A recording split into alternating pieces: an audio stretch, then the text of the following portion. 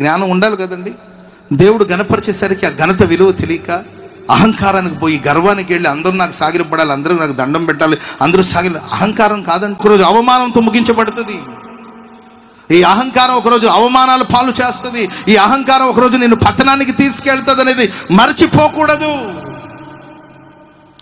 ఇక నన్ను తప్ప ఇంకెవరు, ఇదే ధ్యాస అంటే నన్ను గణపరచాలి, నన్ను గణపరచాలి, నన్ను గణపరచాలి, నన్ను గణపరచాలి, ఈ ధ్యాసలను ఉన్నాడు తప్ప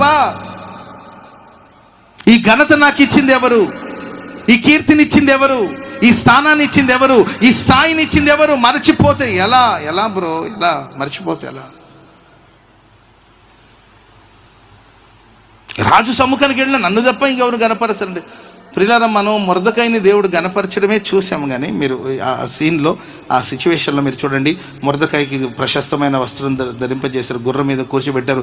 ఆ ఊరేగి వాడిని చూస్తున్నారు. కానీ ఆ ఊరేగి ముందు ఒకడు పోతున్నాడు. ఎవరండి ఆయన? చెప్పాలి, ఎవరైనా? చచ్చిపోయి ఉంటాడు అవమానానికి. సగం చచ్చాడు ఆ రోజే. ఆయన ఆ రోజే చచ్చాడు. బడాయి బడాయి బడాయి బడాయి పోకుండా ఉంటే సరిపోయేది కదా. దేవుడు నిన్ను ఒకరోజు శిఖరం మీద కూర్చోబెడతాడు, ఒకరోజు లోయలో కూర్చోబెడతాడు. కొండ మీద ఉన్నా సంతోషంగా ఉండు, లోయలో కూర్చోబెట్టిన సంతోషంగా దేవుని నామాన్ని మహింపరచాలి. చెప్పండి కూడా మందరు గట్టిగా, గట్టి గట్టి గట్టి గట్టి గట్టిగా హల్లెలూయా చెప్పండి. గట్టిగా హల్లెలూయా చెప్పాలి, గట్టిగా హల్లెలూయా హల్లెలూయా. ప్రియులారా, సౌల్ని దేవుడు గణపరిచాడు, ఆశీర్వదించాడు.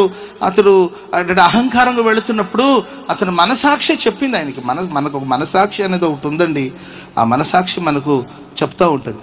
మనసాక్షి మనకు చెప్తుంటుంది, తప్పురా, ఇది తప్పు, తప్పక చెప్తుందండి.